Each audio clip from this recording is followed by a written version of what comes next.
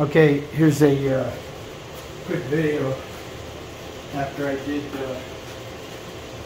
a light back workout, because tomorrow I have 2 games, so I don't want to hit it too hard.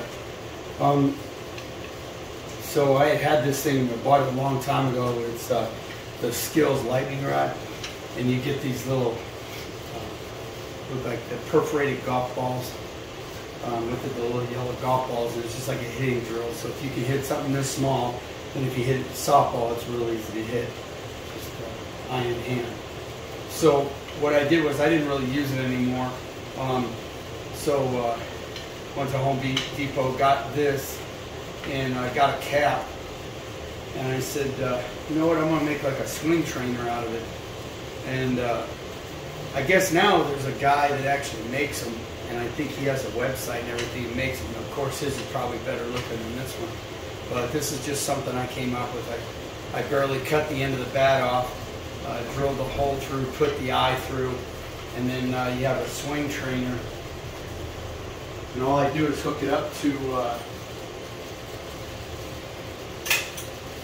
this, and you don't need much weight, but the premise is working on that last bit from here to here, working your forearms, your wrist, and then it works also your hands.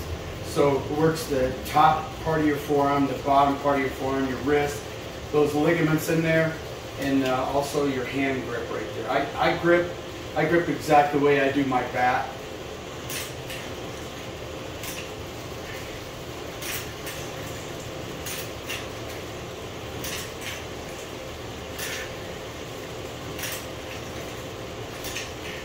You can really feel it.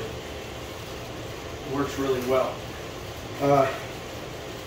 I was saying earlier about the you know, pretty much defying Father Time, because of course he's undefeated, but you're just buying time. You're prolonging the skills that you have. And what I forgot to add is, my theory is that you work your overall body. You don't just work your upper body, and you don't work your lower body. If you don't work your lower body, it has an effect on, you won't get as strong in your upper body if you don't work your entire body. It's kind of like hitting, if you, why do you only hit to 10% of the field? Just all you hit is from shortstop to third base. I mean, why would you only hit that much when there's all this field out there, and then they could actually pull a shift on you and make it harder for you to get a hit. So it's best if you can hit all over the field depending on how they're pitching.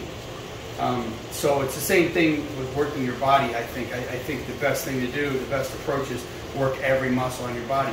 Because if you don't work your legs, then you're going to start getting leg injuries.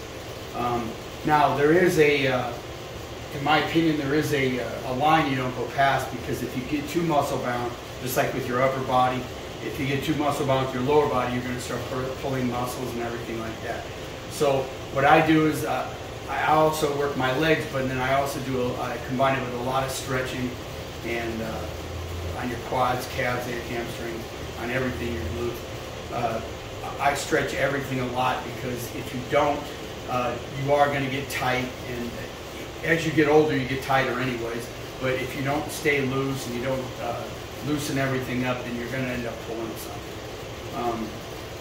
And you could do it anyways. I mean, I had a fluke injury a few years ago where with 2 strikes, of course, you pull off the lines into the gaps, not thinking somebody's going to try to hit the line on 2 strikes and you foul out.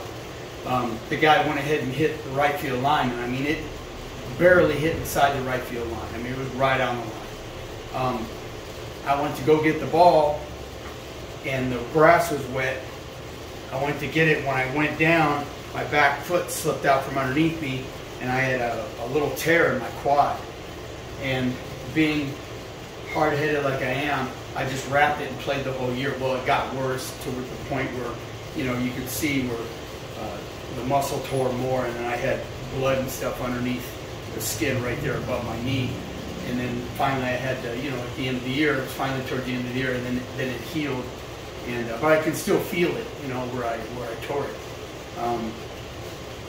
But that, you know, you're going to have fluke injuries like that. But, you know, this is pretty much just trying to maintain and keep yourself on the field. If you're like I am, you love playing softball, and the last thing you want to do is be sitting on the side because you did something foolish, or you didn't do something you should have done to keep yourself on the field. So as each day goes on, you get less time that you can play. So, you know, you try to prolong as long as you can play and for as well as you can play. So that's my theory on that. So anyways, thanks for listening. Have a good night.